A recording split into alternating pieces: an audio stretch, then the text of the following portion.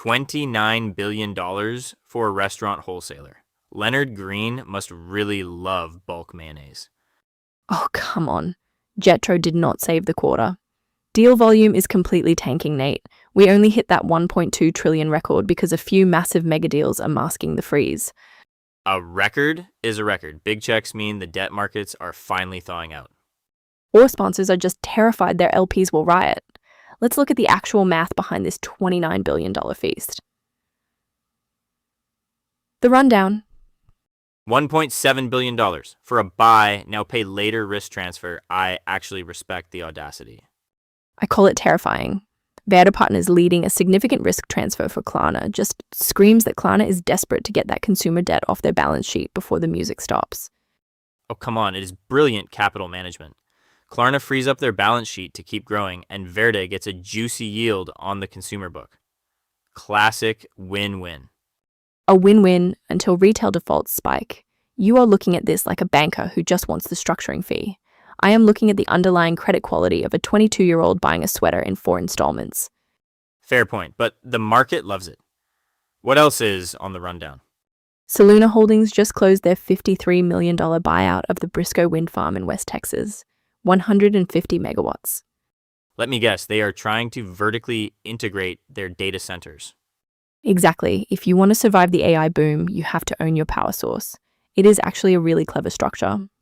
WTW is also making moves. They just acquired FlowStone Partners to expand into private equity secondaries. Makes total sense. The secondaries market is on fire right now because sponsors are practically begging for liquidity. FlowStone gives WTW immediate credibility there. We also have a classic private equity carve-out. Peak Rock Capital finalized their purchase of UL Solutions' employee health and safety software business. Software that keeps companies from getting sued never goes out of style. Sticky revenue. Speaking of sticky, the RYVYL and RTB Digital merger finally got shareholder approval. They are just waiting on Nasdaq to clear the new RTB ticker tomorrow. I am watching that closely. But Nate, my favorite gossip right now is Apollo aggressively circling the UK market. Yes, the street is whispering they are trying to snatch Gatehouse Living from Gatehouse Bank. UK competitors are apparently sweating. They should be. Cross-border deals are getting messy with all the geopolitical volatility, but Apollo does not care. Which perfectly explains the Q1 numbers. Deal volume is actually down, but total value just hit a record $1.2 trillion.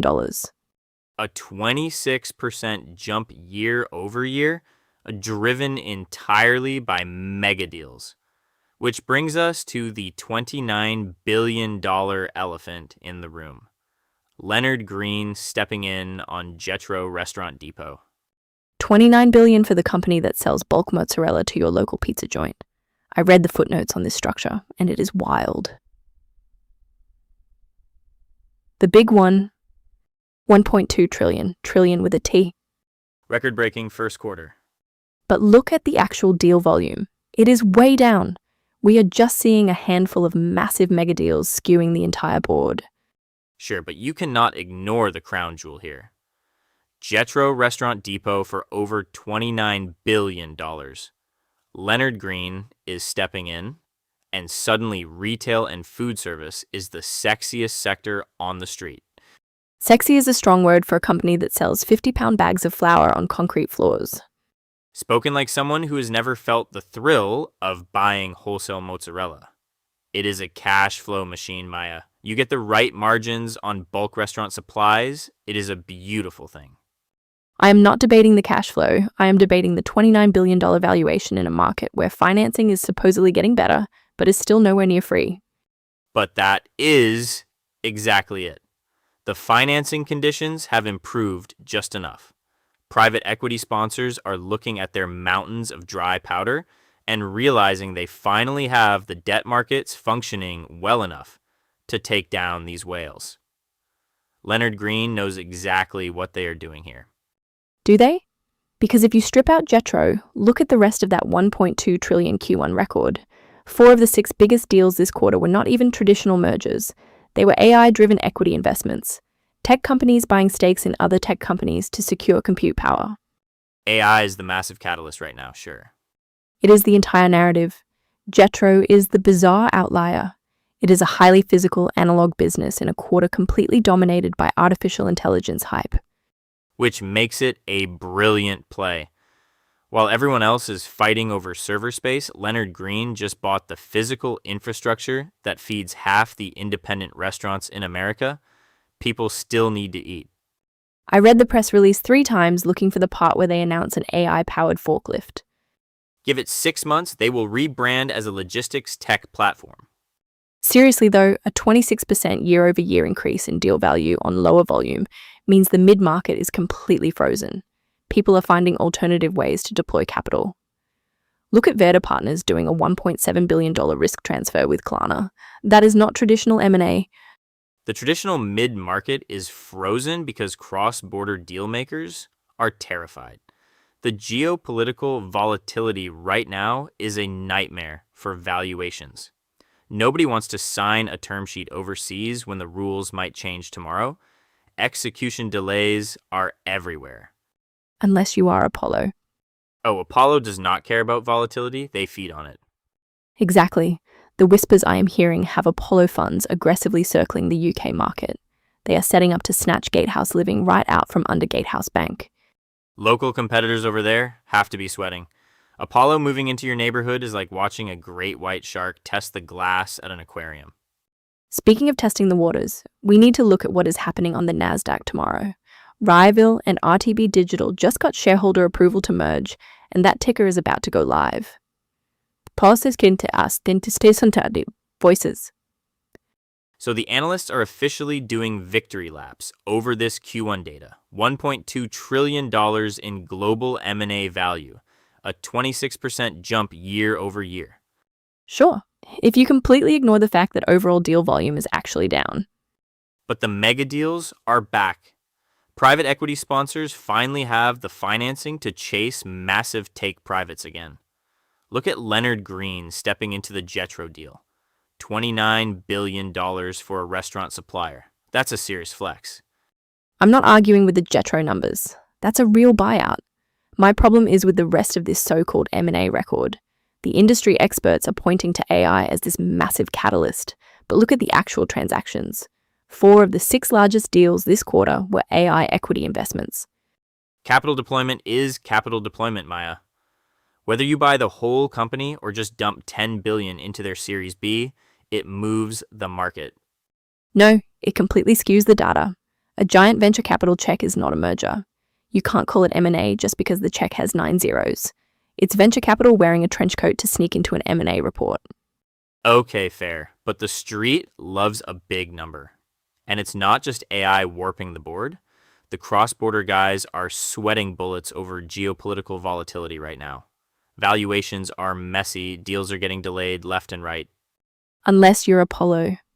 Exactly, Apollo's just ignoring the noise. They're aggressively circling the UK market right now. The whispers are they're setting up to snatch Gatehouse Living right out from under Gatehouse Bank. Local competitors are definitely panicking about that one. Oh, absolutely, they should be. Speaking of panicking, how do you think Klarna is feeling about offloading risk right now? Varda Partners just led a $1.7 billion risk transfer with them. A massive buy now pay later risk transfer is exactly the kind of footnote I want to read. Let's pull up that term sheet next. Spill the tea. You know who is absolutely not sweating the cross-border volatility right now? Apollo. Because they are currently terrorizing the UK real estate market. Terrorizing is a strong word. But yes, they are aggressively circling Gatehouse Living. They are setting the stage to snatch it right out from under Gatehouse Bank. And my sources say local competitors are completely freaking out. See, I hear that, and I just look at the broader geopolitical risk right now. Valuations for international tie-ups are a total mess. Execution is getting delayed left and right. Why force a cross-border UK play right now? Because it is Apollo, Maya. They love a messy valuation. When everyone else is crying over geopolitical volatility, they just price the chaos into the model and demand a discount. It is classic. I guess. But you cannot tell me their financing costs are not feeling the squeeze. The math has to be getting tighter. Actually, private equity financing conditions are improving. Sponsors are getting super aggressive again with take privates. We are seeing it across the board. If you look at the Q1 data, that actually adds up. Deal volume is down across the market, but global deal value just hit a record $1.2 trillion, up 26% year over year. Which is wild. Fewer deals, but massive checks. Everyone is just out there hunting elephants. Well, it helps that 4 of the 6 biggest deals this quarter were just AI companies swallowing huge equity investments. It is barely traditional M&A anymore. It is just tech giants buying compute power and calling it a partnership. Sure, tech is doing its own weird thing, but traditional private equity is absolutely back to writing giant checks for boring businesses. Speaking of giant checks and boring businesses, I think we need to talk about wholesale bulk mayonnaise. Oh, we absolutely do. $29 billion worth of it. Tomorrow's radar? Everyone's popping champagne over this $1.2 trillion first quarter. I just want to see if April holds the momentum. That record is a total mirage, Nate. Deal volume is actually down. Oh, come on, a 26% jump in value isn't a mirage. The Jetro deal alone was $29 billion. It's completely propped up by megadeals and AI hype. If you aren't doing a massive take private, you're sweating, especially with cross-border deals stalling out on geopolitical fears. Tell that to Apollo. They're aggressively circling Gatehouse Living over in the UK right now. Apollo never met a distressed market they didn't want to hug. Banker translation, they smell blood. Exactly. Also on the radar tomorrow, watch the Nasdaq. RYVYL and RTB Digital finally got shareholder approval to merge. They should start trading under the ticker RTB. We'll see if the market actually buys the synergy story. I'll read the opening filings before I buy anything. See you tomorrow.